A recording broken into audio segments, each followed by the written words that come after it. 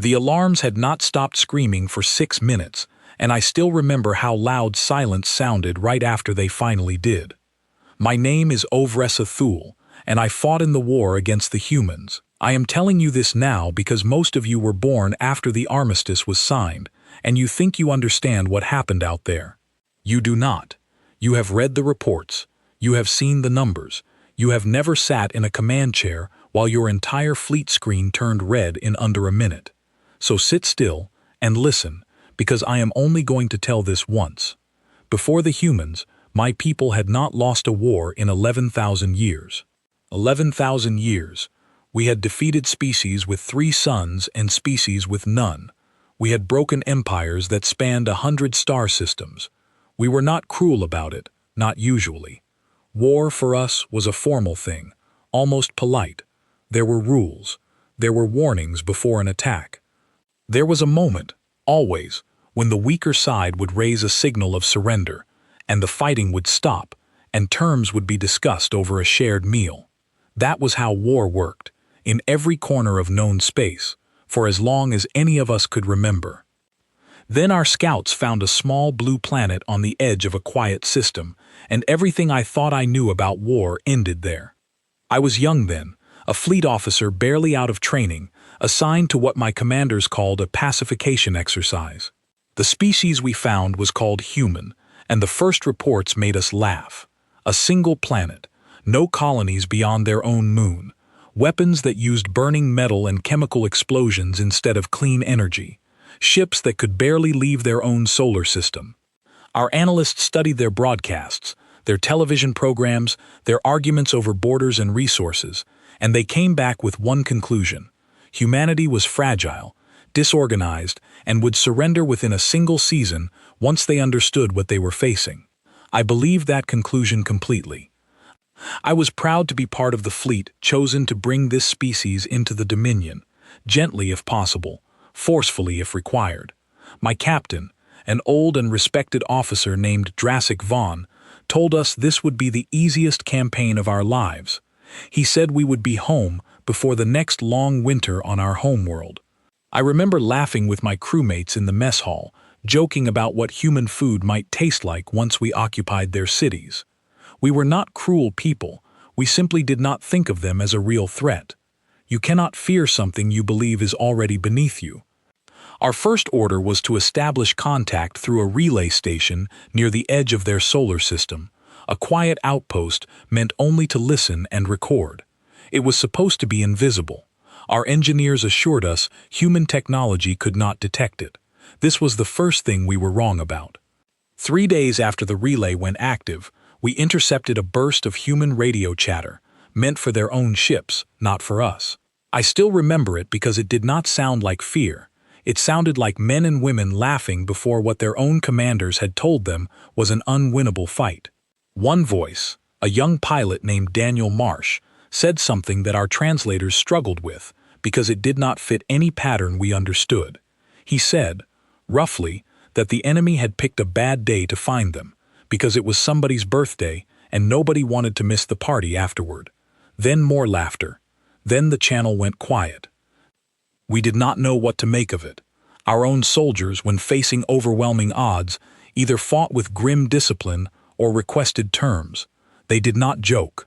My communications officer, a calm and steady woman named Sarah Doth, played the recording 3 times before she looked at me and said something I will never forget. She said, "They are not afraid of us at all." I told her that was impossible. No species faced with our fleet had ever failed to feel fear. She did not argue with me, but she did not look convinced either, and I have thought about her expression many times since. Our first real contact came at a small outpost world the humans had only recently settled, a rocky moon called Perrin's Landing by its own people, home to fewer than 4,000 civilians and a modest defense garrison. Our intelligence reports said this world was almost entirely undefended, populated mostly by farmers and engineers, with only a handful of light patrol craft in orbit. Captain Vaughn decided this would be our first demonstration, a controlled show of force meant to convince humanity's leadership that resistance was pointless. We would take the moon quickly, without harming its people, and use it as proof that further conflict was unnecessary. We entered orbit expecting an easy landing. What we found instead was a defense network buried so deep beneath the moon's surface that our long-range scans had missed it entirely. The moment our shuttles crossed a certain altitude, the ground opened up in dozens of places at once, and weapons fire that our own database had no record of tore through our formation before we understood what was happening. I was in the lead shuttle. I watched two vessels beside us vanish in bright orange light before my restraints had even finished locking into place. We lost 11 craft in the first 90 seconds. 11. In 11,000 years of Dominion warfare, no first contact engagement had ever produced losses like that. I remember screaming at my pilot to pull back, and I remember him telling me, in a voice far too calm for the moment, that pulling back was not currently an option, because something on the ground had already locked onto our engines. We survived. Barely. Captain Vaughn ordered a full retreat once it became clear this was not the undefended world our reports promised. As we broke orbit, our sensors picked up something that chilled every officer on the bridge. A single human voice, broadcast openly on every frequency we monitored, calm and almost bored, telling us that if we returned, the reception would not be nearly so gentle. The voice belonged to a woman named Charlotte Vance, a garrison commander whose name would later appear in reports again and again throughout the war. She was not shouting a threat, she was stating a fact, the way you might warn someone that a road ahead was closed for repairs. Back aboard our flagship, Captain Vaughn called an emergency briefing. I stood in that briefing room and watched officers who had commanded fleets against a dozen other species sit in complete silence, staring at damage reports that made no sense according to everything we understood about this supposedly primitive world. Our analysts had been wrong about their weapons, wrong about their defenses, wrong about their numbers, and most troubling of all, wrong about their temperament. I asked Captain Vaughn a question that night that I still remember word for word. I asked him what kind of species builds hidden defense networks on a farming colony that intelligence says holds only 4,000 civilians. He looked at me for a long moment before answering. He said, the kind of species that expects to be attacked and prepares for it anyway, even when they hope it never happens. At the time, I thought this was simply cautious behavior. I did not yet understand that this caution was woven into everything humanity did, in every corner of their small, strange, stubborn civilization. We spent the following weeks gathering better intelligence, adjusting our approach, preparing for what Captain Vaughn now called a proper campaign, rather than a simple demonstration. Reinforcements arrived from 3 neighboring systems, doubling our fleet's strength. Our new orders were direct. Subdue humanity's outer colonies first, cut off their supply lines, and force their homeworld into negotiation before any large-scale invasion became necessary. It sounded reasonable on paper. Every previous campaign of ours had followed exactly this pattern, and every previous campaign had ended with the target species requesting terms within a matter of months. What none of us understood yet, what none of our analysts had prepared us for, was that humanity did not fight the way anyone else in known space fought. They did not treat war as something formal or ritualized. They did not send warnings before striking. They did not wait for us to declare hostile intent before preparing their defenses. They had grown up as a species on a single, dangerous world, surrounded by threats they could not always see coming, and this had shaped something in them that our own peaceful history had never required us to develop. They were ready for danger before danger ever arrived. And I would learn, in the months that followed, that being ready was only the smallest part of what made them so difficult to face. In the days that followed our retreat from Perrin's Landing, Captain Vaughn ordered a full review of every piece of intelligence we had gathered on humanity before the war began. I was assigned to assist with this review, alongside Sarah Doth and a quiet, methodical analyst named George Pratt, who had spent years studying human broadcasts long before any of us believed contact would lead to conflict. What we found during that review unsettled me almost as much as the battle itself had. George showed us recordings of human historical events, Wars fought among themselves centuries before we ever arrived. Disasters that had killed millions without warning. Entire cities rebuilt again and again after being destroyed by storms, by fire, by their own conflicts. He explained that humanity had never known a long period of true peace the way our own people had, that their entire recorded history was a story of enduring hardship, adapting to it, and continuing forward regardless of the cost. I remember asking him whether this meant humanity was simply accustomed to suffering, and he shook his head slowly. He said it was something different than that. He said they had learned, across thousands of years, never to assume safety, and that this lesson had shaped everything about how they built their societies, defended their homes, and prepared for threats they could not yet see coming. Captain Vaughn listened to this analysis in silence for a long while before speaking. He said that, in 11,000 years of Dominion history, we had never once encountered a species that treated preparation for war as a constant, permanent responsibility, rather than a temporary response to an active threat. Every other civilization we had brought into the Dominion had grown comfortable during periods of peace, their readiness fading gradually until the moment a real threat arrived. Humanity, it seemed, never allowed that readiness to fade at all. I remember feeling a strange chill during that briefing, one that had nothing to do with the temperature of the room. It was the first time I truly understood that we were not simply facing a species with better weapons or cleverer tactics. We were facing a species that had spent its entire history preparing for exactly this moment, without ever knowing when, or if, it would come. The night before our next engagement, I could not sleep. I kept thinking about that human voice on the radio, calm and almost gentle, warning us, as if she pitied us more than she feared us. I kept thinking about Daniel Marsh joking about a birthday party before a battle his own commanders considered unwinnable. I kept thinking about the phrase Sarah Doth had used, the one I had dismissed so quickly. They are not afraid of us at all. I did not know it then, but that thought would follow me through every battle that came after. It would follow me through frozen sieges and burning colonies, through the slow collapse of everything my people believed about strength and weakness, through a war that would cost more Dominion lives than the previous 10,000 years of conflict combined. It would follow me all the way to the final broadcast, when a human negotiator sat across from our surviving commanders and told us, without anger, without triumph, simply and plainly, that the war was over because humanity had decided it was over, and not one moment sooner.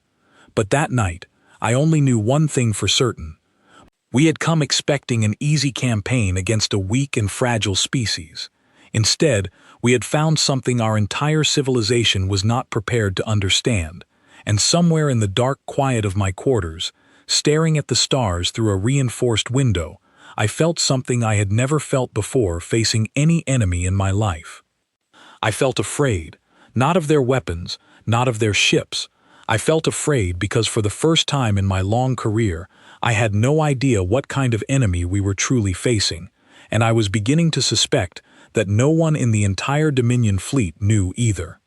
My hands were shaking so badly that I dropped my ration bar twice before I managed to eat it, and this was 3 hours before what should have been a routine escort mission. 4 months after Perrin's landing, our fleet had grown far larger, and so had our confidence. We told ourselves the first defeat was an anomaly, a single fortified colony that had simply gotten lucky. Every other human world we approached after that seemed to confirm what we wanted to believe. Small farming settlements, modest mining stations, populations that fled at the first sign of our ships, exactly as any reasonable civilization would. We began occupying these outer worlds one by one, and Captain Vaughn reported steady progress to Dominion Command. I remember feeling something like relief. Perhaps Perrin's landing truly had been an exception. I was wrong, and the lesson that followed was far worse than the first one. We were assigned to secure a modest supply route near a cluster of 3 settled moons, an area our intelligence had marked as low priority, lightly populated, and strategically unimportant.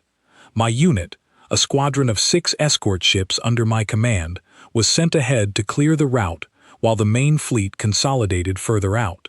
It was meant to be simple: scout the area, confirm it was empty of hostile presence, and report back within a day. We found the first moon exactly as expected, quiet, mostly abandoned, its small human settlement already evacuated. I remember feeling almost bored as we passed over empty streets and darkened buildings. My second-in-command, a sharp young officer named Nathan Brooks, joked that the humans on this route had already given up and run home to their capital world. I laughed with him. It was the last time I laughed for a very long while. The second moon told a different story.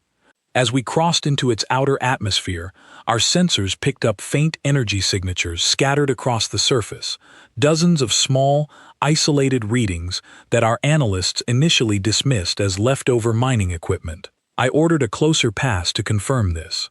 That decision very nearly cost every one of us our lives. The moment our lead ship dropped below a certain altitude, every one of those small energy signatures activated at once. They were not mining equipment. They were disguised defense platforms, hidden inside ordinary-looking structures, built to look abandoned and useless from orbit. In less than a minute, 2 of my 6 ships were disabled, their engines torn apart by weapons fire that seemed to come from everywhere and nowhere at once. I gave the order to retreat immediately, and as we pulled back, I watched something on my display that I still cannot fully explain, even now, all these years later. The colonists we believed had evacuated had not evacuated at all. They had simply gone quiet, hidden themselves in shelters built beneath the surface, and waited for us to grow careless, waited for exactly the moment when we assumed the moon was empty and safe. This was not the desperate defense of a cornered people. This was patience. Calculated, deliberate patience, from civilians who had no formal military training, executed with a discipline that unsettled every officer who reviewed the footage afterward. We managed to retrieve our 2 disabled ships and limp back toward the main fleet, but the damage to my confidence was far worse than the damage to our hulls. I requested an emergency debrief with Captain Vaughn, and what he told me that night changed the way I understood this entire war. He said our analysts had finally identified a pattern across every engagement so far. Humanity was not simply defending what they had. They were deliberately allowing us to believe certain worlds were weaker or less prepared than they truly were, drawing our forces into overextending ourselves, and then striking only when the cost to us would be highest. This was not the behavior of a frightened, disorganized species reacting to invasion. This was strategy. Patient, disciplined, and terrifyingly effective strategy, carried out not just by trained soldiers, but by ordinary settlers, farmers, and engineers who had apparently trained for exactly this scenario long before we ever arrived in their system. I asked Captain Vaughn how a civilian population could be trained to this level of discipline. His answer stayed with me for the rest of my life. He said humanity's entire history, long before we ever discovered them, was one long unbroken chain of conflict, disaster, and hardship. Wars fought among themselves, plagues, famines, natural disasters that could wipe out entire cities without warning. He said every human alive had grown up hearing stories of ancestors who survived situations far worse than an alien invasion, and that this shaped something in their collective mind that our own long, peaceful history had simply never required us to build. Readiness. Not fear. Readiness. I did not fully understand what this meant until our next engagement, the one that convinced my entire crew we were no longer fighting a war we understood at all. We received orders to support a ground operation on the 3rd moon in that same cluster, a location our intelligence finally confirmed held an actual human military presence, not disguised civilians, but trained soldiers defending a modest outpost. Captain Vaughn believed this would at least be a fair fight, soldier against soldier, without the unsettling surprises of hidden civilian resistance. I wish I could tell you he was right. Our ground forces landed under cover of orbital bombardment, expecting to face a defensive line that would hold for perhaps a few hours before requesting terms, exactly as every previous species we had fought would have done once their position became hopeless. Instead, we encountered something our doctrine had no answer for at all. The human soldiers defending that outpost were outnumbered nearly 10-1. Their position was, by every measure our analysts used, completely hopeless. And yet they did not request terms. They did not attempt to negotiate a surrender. They fought, position by position, falling back only when a location became truly impossible to hold, inflicting losses on our forces that should not have been possible given the size difference between our two forces. I remember reviewing footage from that engagement with Sarah Doth beside me, both of us watching in silence as a single human squad, led by a young officer named Grace Whitfield, held a narrow supply corridor against overwhelming numbers for nearly 6 hours, using nothing but improvised barricades and captured Dominion equipment they had somehow figured out how to operate within a matter of days. 6 hours, against forces that outnumbered them completely. When our own soldiers finally broke through, they found the corridor nearly empty. Officer Whitfield and her remaining soldiers had fallen back to a secondary position rather than remain and be overwhelmed, choosing to preserve what fighting strength they had left rather than make a symbolic last stand that would accomplish nothing. This decision terrified me more than anything I had seen so far. It meant these soldiers were not driven by blind desperation or misplaced pride. They were making calculated decisions under extreme pressure, choosing survival and continued resistance over meaningless sacrifice, exactly the kind of clear thinking our own doctrine assumed only highly experienced veteran officers were capable of under such conditions. And this was a junior officer, leading what our records later confirmed was a squad of soldiers who had only recently completed basic training. Sarah turned to me after that footage ended and asked a question that none of us could answer. She asked what would happen when we eventually faced their most experienced soldiers, if this was what their newest recruits were capable of. I had no answer for her. None of us did. It was around this time that a phrase began circulating quietly among our crews, spoken in hushed tones during meal breaks and shift changes, never mentioned in official reports because no one wanted to put something so unsettling into a permanent record. The phrase was simple: "They don't stop." It captured something that our official doctrine could not explain and our analysts could not quantify. Every other species we had encountered eventually reached a point where continued resistance became clearly pointless, and at that point they stopped fighting and requested terms. Humanity showed no sign of ever reaching that point. Every defeat seemed only to reshape their strategy rather than break their resolve. Every loss became a lesson they applied immediately in the next engagement.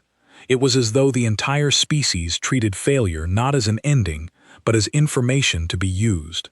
I began to notice this pattern in Captain Vaughn as well, though he never spoke about it directly. He grew quieter after each briefing, his once confident tone replaced by something more careful, more measured. He had commanded fleets in a dozen previous campaigns, each one ending in the same predictable way, with an enemy that eventually recognized the futility of continued resistance. I think he was slowly coming to understand, long before most of us admitted it to ourselves, that this campaign would not follow that same pattern, and that none of our previous experience had prepared any of us for what humanity truly was.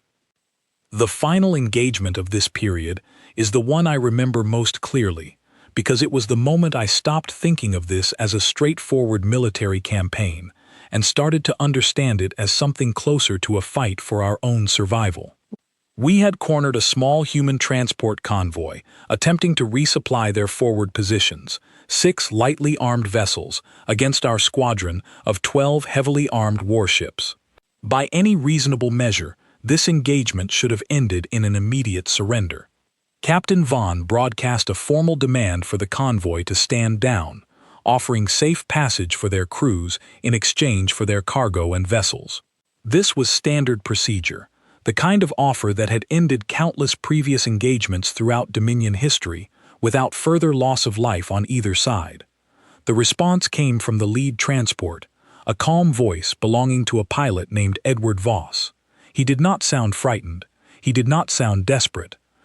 He simply informed us, in an almost apologetic tone, that his convoy could not accept those terms, because the supplies they carried were needed by soldiers who were currently in far more danger than his own crew, and that he would rather risk destruction delivering those supplies than survive by abandoning them. Then the convoy scattered in 6 different directions at once, forcing our squadron to divide our attention across a much wider area than we had planned for, and in the confusion that followed, 4 of the 6 transports managed to slip through our formation entirely. We destroyed 2 of the 6 vessels that day. We never recovered a single soldier or crew member from either of them. Every human aboard those 2 transports had made the same decision independently, choosing to fight to the very end rather than surrender their cargo, without any radio contact between the ships to coordinate this choice. Before that night alone in my quarters, I spent several hours reviewing the survivor accounts from the 2 destroyed transports, hoping to find something in the recordings that would explain their decision more clearly. Among the fragments recovered from the wreckage was a personal log left by a young engineer named Emma Sutter, one of the crew members aboard the 2nd transport. She had recorded it only hours before the engagement, apparently intending to send it home to her family once the convoy reached its destination. In the recording, she spoke plainly about the danger her convoy faced, without any exaggeration or bravado. She said she understood the odds were poor, and that she had thought carefully about turning back rather than risking the delivery. She said she chose to continue anyway, not because she believed she was certain to survive, but because the soldiers waiting for those supplies were counting on people like her to follow through, and that a promise made under difficult circumstances mattered more, not less, because of how difficult those circumstances were. She ended the recording by asking whoever eventually heard it to tell her family she had not been afraid, only determined, and that she hoped this small act would matter to someone, somewhere, even if she never knew whether it had. I played that recording for Nathan Brooks the following morning, and he sat in silence for a long time afterward before speaking. He asked me how an entire species could produce so many individuals willing to make exactly this same calculation independently, without any central order forcing them to do so. I did not have an answer for him then, and in truth, it took me many more months of fighting this war before I began to understand it even partially. It was not obedience that drove decisions like Emma Sutter's. It was something closer to a shared understanding, passed down through generations long before any of us arrived, that certain responsibilities mattered more than personal survival, and that this understanding did not need to be enforced from above because it had already been built into how humanity raised its people from childhood onward. I sat alone in my quarters that night for a long time, thinking about Edward Voss's calm voice, about Grace Whitfield's 6-hour defense of a hopeless position, about an entire species that seemed to treat surrender not as a reasonable option under extreme circumstances, but as something closer to unthinkable. I thought about the phrase circulating through our crews, "They don't stop," and for the first time since this war began, I understood exactly what it meant, and exactly why it frightened every one of us so deeply. We had come here believing we were bringing a fragile, disorganized species into a peaceful and orderly dominion. Instead, we were slowly discovering that we had provoked something far older than our own 11,000 years of unbroken victory, something shaped by countless generations of hardship long before we ever arrived, something that did not know how to stop fighting simply because the odds had turned against it. And somewhere out among those quiet, stubborn colonies, I knew their true military forces, their most experienced soldiers, their most capable commanders, had not yet even entered this war in full. What we had faced so far was only the beginning, the outer edge of a much larger and far more dangerous storm that was still gathering strength somewhere beyond our sensors, waiting patiently for the moment it would finally arrive. The cold hit me first, before the sound of the first explosion even reached my ears, a cold so sharp it felt like it was cutting straight through the armor plating of my suit. By the time we reached the world called Kessler's Reach, nearly a full year into the war, I had already survived more engagements than most officers see in a lifetime. I had been promoted twice, decorated once, and had lost count of how many of my original crewmates were still alive. Kessler's Reach was supposed to be different. It was a major human settlement, a proper city built into the side of a frozen mountain range, home to nearly 200,000 people, and Dominion Command believed that taking it would finally break the will of humanity's outer colonies to keep resisting. I was placed in command of a full ground division for this operation, my largest command yet, and I remember feeling a strange mixture of pride and dread as our transports descended through that world's gray, endless winter sky. The initial landing went better than expected. We secured the outer perimeter of the city within the first 2 days, pushing human defenders back toward the central districts with fewer losses than any of our previous major engagements. Captain Vaughn, now promoted to fleet commander, sent word that Dominion High Command was already celebrating what they believed would be the turning point of the entire war. I should have known better than to trust that kind of early optimism. Every previous engagement against humanity had taught me the same lesson again and again, and yet I still allowed myself to hope this time might be different. It was not different. It was worse than anything that had come before. On the 3rd day, the temperature on Kessler's Reach dropped further than any of our equipment had been designed to handle, a natural seasonal shift that human meteorologists had apparently predicted with perfect accuracy and planned around entirely.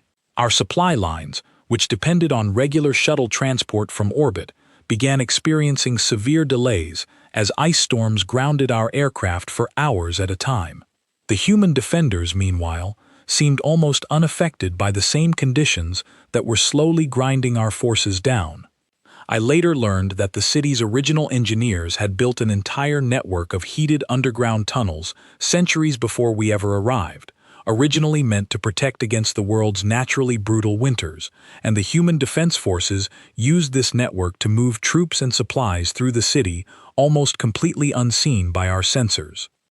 What followed was the longest and most difficult period of my entire military career, a siege that Dominion records eventually listed as lasting 143 days, though I remember it as something closer to an endless, grinding eternity that blurred together into a single unbroken stretch of cold, hunger, and fear.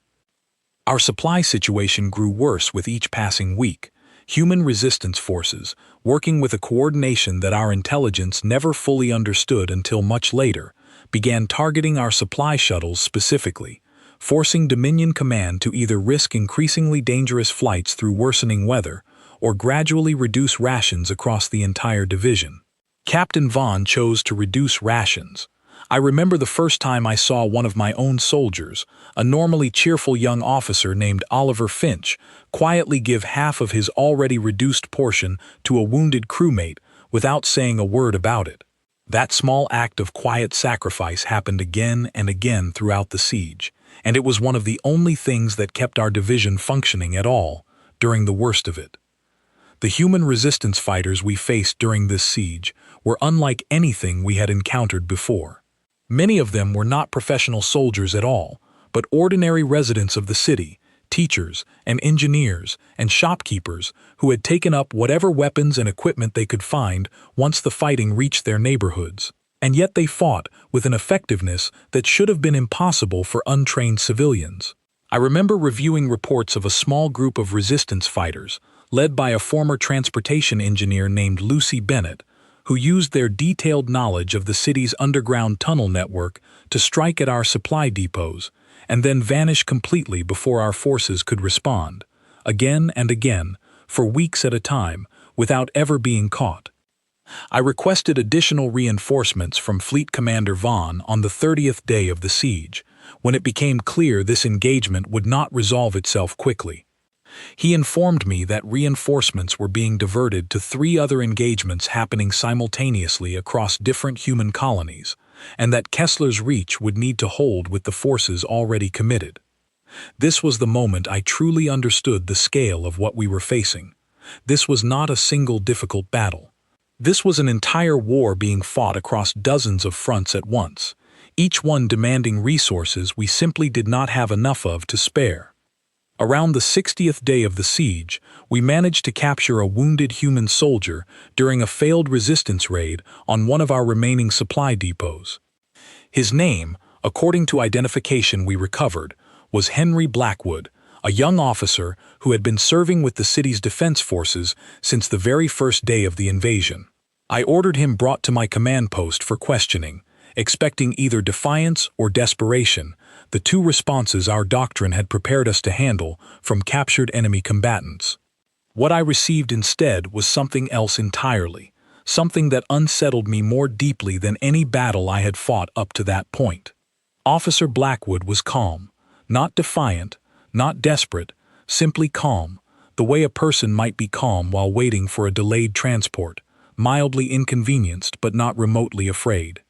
I asked him directly whether his people intended to continue this pointless resistance indefinitely, given the clear military advantage our forces held.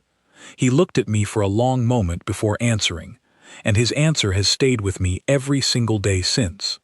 He told me that reinforcements from humanity's core worlds were already on their way, that this entire siege had been a deliberate strategy to slow our division down and drain our resources while their main fleet prepared a much larger counteroffensive elsewhere.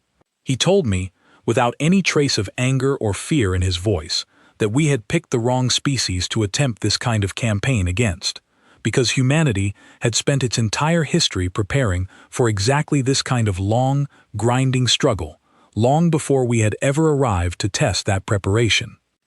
I asked him how he could speak so calmly about a war his own side appeared to be losing on this particular battlefield.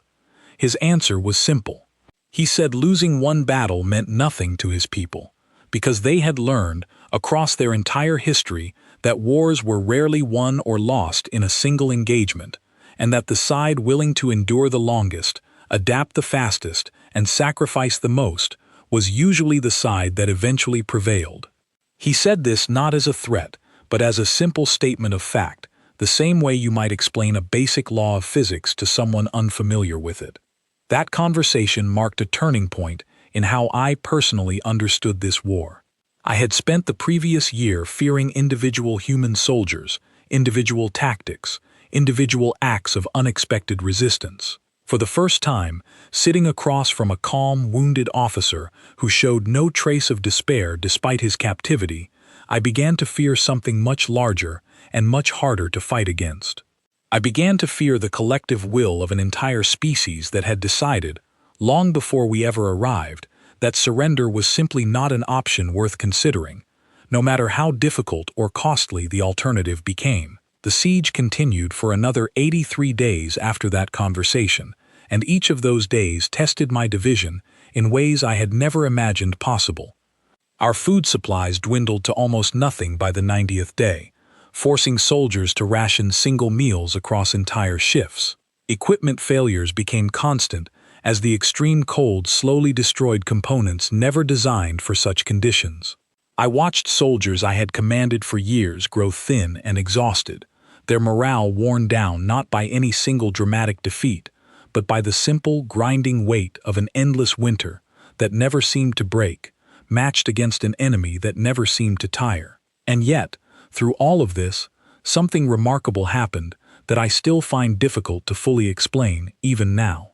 My soldiers did not break, despite the hunger, despite the cold, despite the constant unpredictable resistance attacks. My division held its position throughout the entire siege, largely because of small, quiet acts of loyalty between individual soldiers that no official report ever properly captured. Officer Finch continued sharing his rations with wounded crewmates throughout the entire siege, eventually organizing an informal system where soldiers who were less injured would voluntarily eat less so that those recovering from wounds could eat more. A young medic named Margaret Sloan worked without proper rest for weeks at a time, treating both our own wounded and, on several occasions that were never officially reported, providing medical aid to injured human civilians caught in the crossfire between our forces and the resistance fighters. An act that technically violated our standing orders, but one I quietly chose not to investigate too closely, because I understood, somewhere beneath the exhaustion and fear, that we were no longer entirely certain what side of this war deserved our complete loyalty. The siege finally ended on its 143rd day, not because either side achieved a decisive victory, but because Dominion High Command, facing mounting losses across every front of the war, ordered a full withdrawal from Kessler's Reach entirely. I remember standing at the edge of our final evacuation point, watching the frozen mountain city disappear behind thick gray clouds as our transport lifted away, and feeling something I had never expected to feel toward an enemy world. Relief, yes, but also something closer to respect, a grudging acknowledgement that we had just spent nearly 5 months failing to break the will of people who had simply refused, from the very first day, to consider breaking at all. In the final days before our withdrawal, I ordered a full accounting of my division's losses, a task I dreaded more than any battle I had fought during the siege itself. Of the nearly 6,000 soldiers under my original command, fewer than 3,800 remained fit for duty by the time the withdrawal order arrived. I read through the names of the fallen slowly, one by one, because I believed I owed them at least that much attention, even though there was no one left to hear me do it. Among those names was a young supply officer named Alice Dunmore, no relation, as I would only much later learn, to the human negotiator who would eventually carry the same family name into the peace talks that ended this war entirely. Our Alice Dunmore had spent the entire siege managing what remained of our dwindling rations, working through exhaustion and cold to ensure every soldier received their fair share, however small that share eventually became. She was killed during a resistance raid on our final remaining supply depot, in the last week of the siege, defending a stockpile that by then held barely enough food to last another 3 days. I remember feeling a strange, hollow anger reviewing that report, not at the resistance fighters who had killed her, but at the entire war itself, at the slow, grinding machinery that had placed so many good soldiers, on both sides, into positions where survival and duty could no longer coexist. I visited the small memorial our surviving soldiers built before we finally departed Kessler's Reach, a simple marker constructed from scavenged metal, listing every name we had lost during those 143 days. Officer Finch stood beside me at that memorial for a long while, saying nothing, and I remember thinking, even then, exhausted and half-frozen, and uncertain of everything I once believed about this war, that whatever else this campaign had cost us, it had also shown me something about my own soldiers that I had never fully appreciated before arriving on that world. Their quiet loyalty to one another, their willingness to endure hardship without complaint, had not been so different, in the end, from the very qualities we found so unsettling in the humans we fought against. Fleet Commander Vaughn met me personally when our transport docked with the main fleet, and I remember the exhaustion in his eyes matching my own exactly. He asked me a single question before dismissing me to rest. He asked whether I still believed, after everything I had witnessed at Kessler's Reach, that this war could still be won the way Dominion Command originally intended. I did not answer him immediately. I thought about Officer Blackwood's calm, steady voice, telling me we had picked the wrong species to attempt this campaign against. I thought about Officer Finch quietly giving away his own rations for months without complaint. I thought about Margaret Sloan treating wounded civilians in direct violation of standing orders because some deeper sense of duty told her it was the right thing to do, regardless of which side those civilians belonged to. I thought about an entire city of ordinary people, teachers and engineers and shopkeepers, who had endured 143 days of siege without ever once considering surrender as a viable option. I finally answered Fleet Commander Vaughn honestly. I told him I no longer believed we understood what kind of war we were truly fighting, and that until we did, no amount of additional reinforcements or improved strategy would change the fundamental outcome waiting for us at the end of this campaign. He did not argue with me. He simply nodded, slowly, and walked away without another word, and I understood, in that silence, that he had reached exactly the same terrifying conclusion I had, somewhere during those long, frozen months at Kessler's Reach, and that neither of us yet had the courage to say it out loud to anyone above our own rank. The entire sky over our forward base turned white without warning, and for 3 full seconds, before the shockwave even reached us, none of us understood what we were looking at. That was how humanity's counteroffensive began, 18 months into the war, and it began not against our weakest positions, but against our strongest ones, the exact opposite of what every Dominion strategist had predicted they would attempt. Up until that point, humanity's approach to this war had been almost entirely defensive, holding their colonies, drawing our forces into costly engagements, wearing down our strength through patience and sacrifice, rather than open aggression. Dominion Command had begun to believe, cautiously, that this defensive pattern would continue indefinitely, allowing us time to regroup, reinforce, and eventually overwhelm their outer colonies through sheer numbers alone. I remember sitting through briefings where senior officers spoke of this strategy with something close to relief, as though we had finally found a stable, predictable rhythm to this otherwise unpredictable war. We were wrong about that, just as we had been wrong about nearly everything else since this war began. The attack that destroyed our forward base came from ships our sensors had never detected, vessels built using technology that our own engineers later confirmed was a direct evolution of equipment we ourselves had used against humanity earlier in the war. I learned, during the debrief that followed, that human engineers had spent the better part of a year studying captured Dominion equipment recovered from destroyed ships and failed invasion attempts, reverse engineering our own weapons and shield systems, and then improving upon them in ways our own scientists had never considered.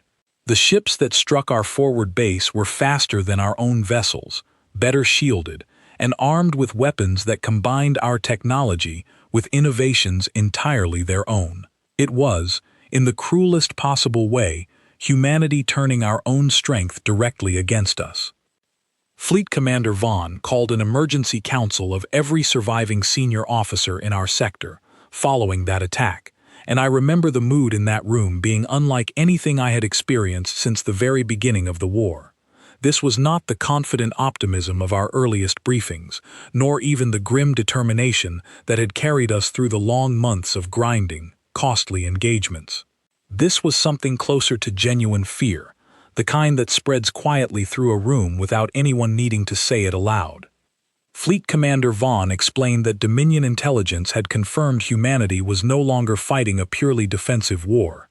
Their leadership, whoever remained in command after 18 months of relentless conflict, had apparently decided the time had come to take the fight directly to our own forces, striking not at our weakest positions, but deliberately at our strongest ones, in order to demonstrate that no Dominion position, however well defended, could be considered safe any longer. This was, I later understood, as much a psychological strategy as a military one. Humanity understood that breaking our confidence mattered just as much as breaking our fleet strength, and they pursued both goals with the same patient, calculated precision they had shown throughout the entire war. Over the following months, this pattern repeated across dozens of different fronts simultaneously. Human forces struck at supply depots we had considered impossible to reach. They ambushed reinforcement convoys, using intelligence networks so effective that Dominion Command began to suspect, correctly as it turned out, that our own communications had been compromised for months without our knowledge. They recaptured colonies we had spent enormous resources securing, often within days of our forces declaring those same colonies fully pacified. I remember one particular engagement that I still find difficult to discuss, even now because of what it revealed about how thoroughly humanity had come to understand our own tactics against us. We had established a heavily fortified position on a colony we called Meridian Point, protected by 3 full layers of defensive systems that Dominion engineers considered essentially unbreakable. Fleet Commander Vaughn himself inspected these defenses personally, and pronounced them the strongest fortification our forces had constructed anywhere in human-occupied space. Human forces took that position in less than 6 hours. They did not attack the fortification directly at all.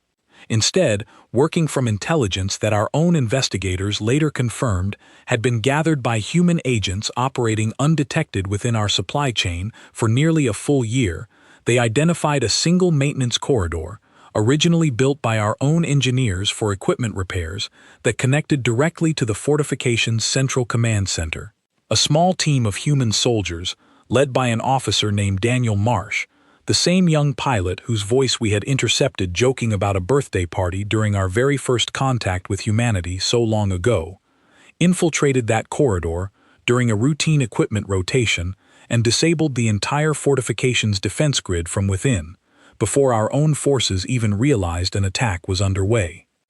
I met Daniel Marsh only once, much later, during the final negotiations that ended this war, and I recognized his name immediately from that very first intercepted transmission. He had grown considerably older since that recording, his voice deeper, more measured, but I could still hear traces of that same calm confidence that had unsettled us so deeply at the very beginning. When I mentioned the recording to him, expecting perhaps some acknowledgement of how much had changed since that first contact, he simply told me that nothing about his confidence that day had actually changed at all.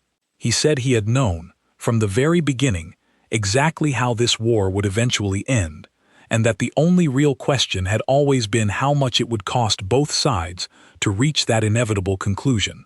What troubled Dominion Command most during this period of the war was not simply the tactical brilliance of humanity's counteroffensive, but the disturbing precision with which it targeted specific individuals and locations connected to previous Dominion actions throughout the war. Colonies where Dominion forces had been particularly aggressive during earlier occupation efforts found themselves targeted first and most severely during the counteroffensive. Officers who had commanded particularly costly campaigns against human civilian populations, even when those campaigns had technically followed proper military protocol, discovered that human intelligence had specifically identified them by name and rank, and that their forces were prioritized as targets whenever possible. I remember Fleet Commander Vaughn receiving a private communication during this period that he chose not to share with the rest of us until much later, after the war had finally ended. It was a message intercepted from human military command, apparently intended for internal distribution among their own officers, listing specific Dominion units and commanders believed responsible for what human command termed unnecessary harm to civilian populations during the earliest months of the war, before either side fully understood the other's approach to conflict.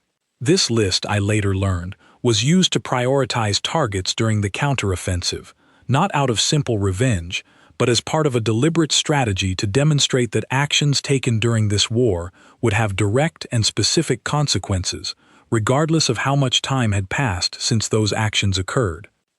This realization terrified Dominion Command more than any single military defeat could have. It meant humanity was not simply fighting to defend their territory or even to defeat our forces in the field.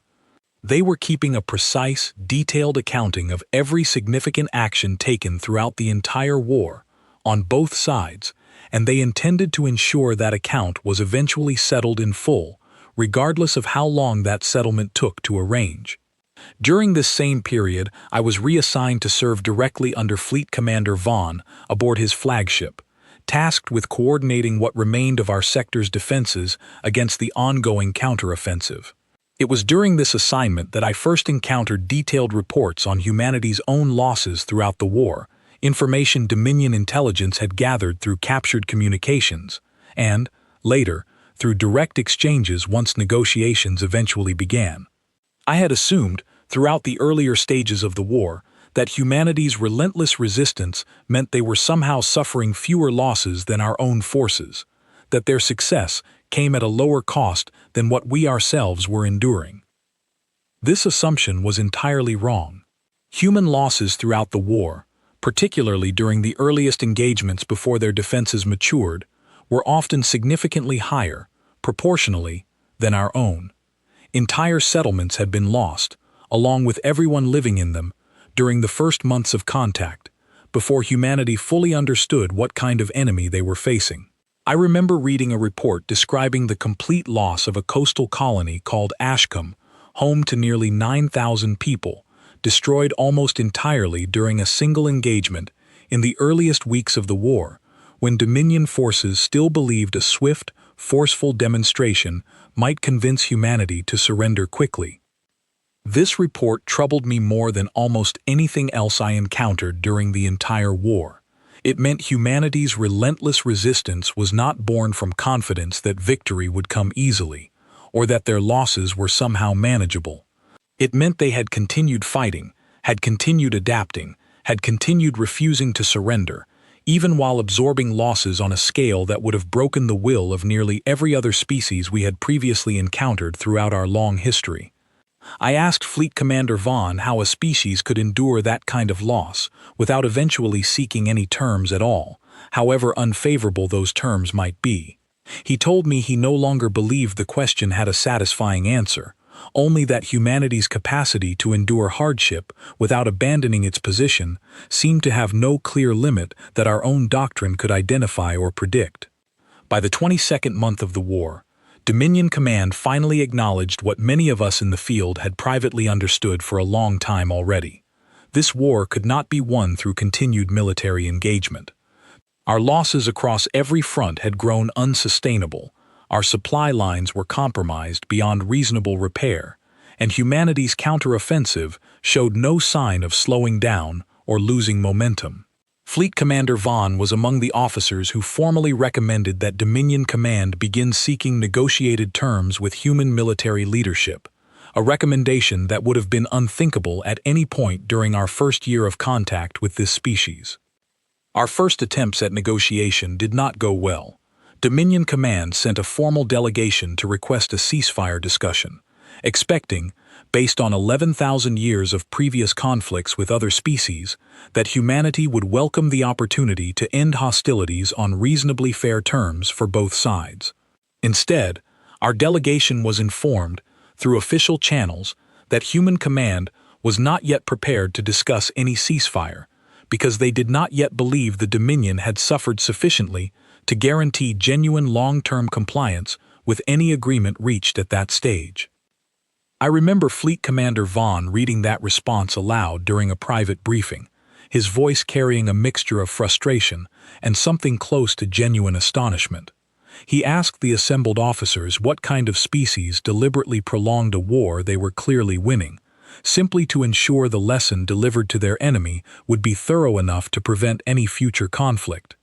None of us had an answer for him. I do not think any of us fully understood the answer ourselves until much later, after the war had finally ended and we had spent considerable time living among human veterans, learning firsthand exactly what kind of species we had spent nearly 2 years fighting against. What I understood, even then, standing in that briefing room listening to Fleet Commander Vaughn read humanity's blunt refusal to discuss peace before they believed the lesson had been fully delivered, was that we had fundamentally misunderstood this species from the very first moment we encountered them. We had assumed their reluctance to negotiate reflected simple stubbornness, or perhaps even a taste for cruelty, that our own more measured approach to warfare did not share. It took me a long time afterward to recognize that this was not cruelty at all. It was caution, the same deep, patient caution that had shaped every aspect of humanity's approach to this entire war from the very beginning, applied now to the process of ending that war just as carefully and deliberately as they had applied it to fighting it. They were not interested in a quick, convenient peace that might allow old grievances to resurface later, once memories of the war's true cost had faded. They wanted an ending thorough enough that no future Dominion commander, however ambitious or forgetful, would ever again consider humanity an easy target worth testing. And as much as this realization frightened me at the time, I have come, over the many years since, to understand it as perhaps the single most important lesson this entire war taught my people, a lesson that shaped everything that happened during the difficult, uncertain months that followed, as both sides slowly and carefully worked toward an ending that neither of us fully trusted the other to honor. I sat across from 3 human negotiators in a small, quiet room, and my hands were still shaking, even though every weapon in the room had been left outside the door. The armistice negotiations took nearly 4 months to complete, longer than many of the individual campaigns that had made up the war itself, and every single term was decided almost entirely on humanity's conditions. Dominion Command sent our most experienced diplomats, officers who had negotiated peace agreements with dozens of other species over the centuries, and every one of them returned from those sessions describing an experience unlike anything they had encountered before. Human negotiators, led primarily by a calm, precise woman named Alice Dunmore, did not negotiate the way any previous species we had encountered negotiated. They did not seek advantage through clever wording or hidden loopholes. They simply stated their required terms clearly, explained the reasoning behind each one in plain, direct language, and waited patiently for Dominion Command to accept them, understanding, correctly, that we no longer had any meaningful alternative. The final terms required significant reparations to rebuild human colonies damaged during the war, guaranteed independence for every human settled world without exception, and a formal accounting of every Dominion officer involved in specific actions against civilian populations, to be reviewed by a joint commission established specifically for that purpose. Fleet Commander Vaughn, along with several other senior officers, submitted themselves voluntarily to this review process, a decision that many of us found difficult to understand at the time, given that Dominion Command could easily have refused this particular term and continued the war rather than accept such personal accountability. I asked him privately why he chose to accept this condition so readily, when refusal remained technically possible. His answer taught me something about leadership that I have carried with me ever since. He said that if we truly wanted this peace to last, truly wanted to avoid repeating the same catastrophic mistakes with some future species we might encounter, we needed to understand exactly what those mistakes had been, honestly and completely, rather than hiding from that understanding simply because facing it directly was uncomfortable. He said humanity had offered us something valuable in demanding this accountability, a chance to genuinely learn from what had happened, rather than simply moving past it and eventually repeating the same errors elsewhere. The armistice was formally signed on a quiet, unremarkable day, without any of the ceremony or celebration that had marked the endings of previous Dominion conflicts throughout our long history. Human negotiators treated the entire signing with the same calm, measured seriousness they had shown throughout every stage of the process, neither triumphant nor cruel, simply focused on ensuring every term was properly understood and agreed to by both sides before any signatures were finalized. What happened after the armistice surprised me more than almost anything I had witnessed during the entire war itself. I was assigned, along with several other surviving Dominion officers, to a joint reconstruction effort on one of the human colonies most severely damaged during the fighting, tasked with helping rebuild infrastructure our own forces had destroyed during the earlier stages of the war. I expected hostility from the human workers and soldiers we worked alongside during this period, and in truth, I would not have blamed them for it. Instead, I found something I genuinely did not expect to find, something that unsettled me far more deeply than any battle ever had. The human veterans I worked alongside during this reconstruction period were, almost without exception, kind. Not falsely polite, not merely professional, but genuinely warmly kind, in ways that seemed completely disconnected from the calculated, relentless enemy I had spent nearly 2 years fighting against. Officer Grace Whitfield, the same young commander who had held an impossible position for 6 hours during our early engagements, worked alongside me for several months during this reconstruction effort, and I remember her sharing meals with our Dominion work crews, teaching several of our younger officers simple human card games during rest periods, and treating even the most awkward, uncertain interactions between our two peoples with genuine patience and good humor. I asked her once, during a quiet evening after a long day of reconstruction work, how she could sit and laugh so easily alongside soldiers from the same military force that had caused so much destruction to her people. Her answer has stayed with me every single day since, more than any single moment from the war itself. She told me the war was over now, and that holding on to the anger from that war, once it had genuinely ended, would only continue causing harm long after any practical reason for that harm had passed. She said her people had fought as hard and as relentlessly as they had precisely because they took the war seriously, but that this same seriousness meant they also took peace seriously, once peace had genuinely been achieved.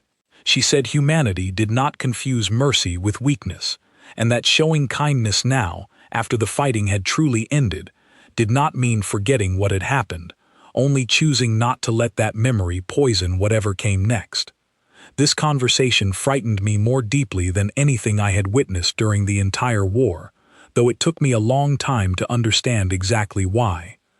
I had spent nearly 2 years believing humanity's relentless, unyielding approach to warfare reflected something fundamental and unchangeable about their nature as a species, some deep, inherent ferocity that simply defined who they were.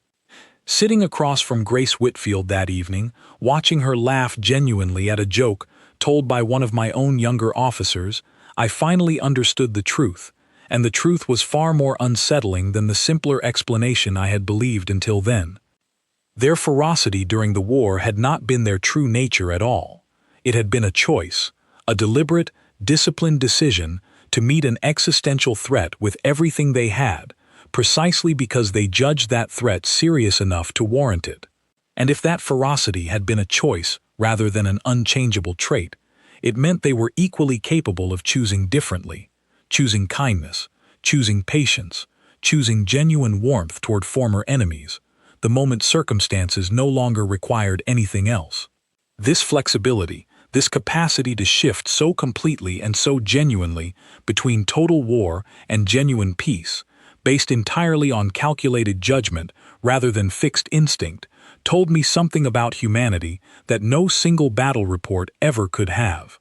It told me that whatever version of humanity any future species encountered would depend entirely on how that species chose to treat them, and that the terrifying warriors my people had fought for 2 years and the warm, patient people I now worked alongside during Reconstruction were, in fact, the very same individuals, simply responding rationally and deliberately to entirely different circumstances. I have spent many years since the war thinking about what this means, both for my own people and for any other species that might someday encounter humanity for the first time, the way my own crew once did, so long ago, laughing in a mess hall about how easily we expected this small, fragile-seeming species to surrender. I think often about Daniel Marsh's calm voice during our very first intercepted transmission, joking about a birthday party before an unwinnable battle. I think about Charlotte Vance's steady warning after Perrin's landing, informing us plainly that any return would be met with far less patience than we had just experienced. I think about Grace Whitfield's 6-hour defense of an impossible position, and about that same officer, years later, laughing genuinely alongside soldiers from the very fleet that had once tried to take everything from her people. I think about Henry Blackwood's calm certainty during his captivity at Kessler's Reach, telling me plainly that we had chosen the wrong species to test in this way. I think about Officer Finch quietly sharing his own rations for months without complaint, and about Margaret Sloan treating wounded civilians in violation of standing orders because some deeper sense of duty demanded it of her regardless of consequence. None of these individual moments, on their own, fully explain what makes humanity so genuinely formidable. It is not any single tactic, any single weapon, any single act of sacrifice or resistance. It is the combination of all of it together, a species capable of patient, disciplined ferocity when genuinely threatened, and equally capable of genuine warmth and mercy once that threat has passed, choosing deliberately and rationally between these two extremes based on careful judgment rather than fixed instinct. This is the lesson I want every young officer listening to this broadcast to understand clearly, more than any single battle story I have shared with you today. Never mistake humanity's capacity for peace as evidence of weakness, the way my own people once mistakenly did, so long ago, before this war ever began. Their kindness, once a conflict has genuinely ended, exists precisely because they choose it deliberately, the same way they once chose relentless, unyielding resistance when circumstances demanded it instead. A species capable of making that choice consciously, in either direction, based purely on careful judgment rather than fixed nature, is not a species that can ever be safely underestimated, regardless of how calm, how patient, or how genuinely warm they might seem during any given moment you happen to encounter them. And if you ever find yourselves facing a species that fights as though it has nothing left to lose, remember what I learned across nearly 2 years of war against humanity, at tremendous cost to both sides. Such a species rarely does have anything left to lose, not because circumstances have left them with no other choice, but because they have already decided, long before you ever arrived, exactly how far they are willing to go to protect what genuinely matters to them. Respect that decision.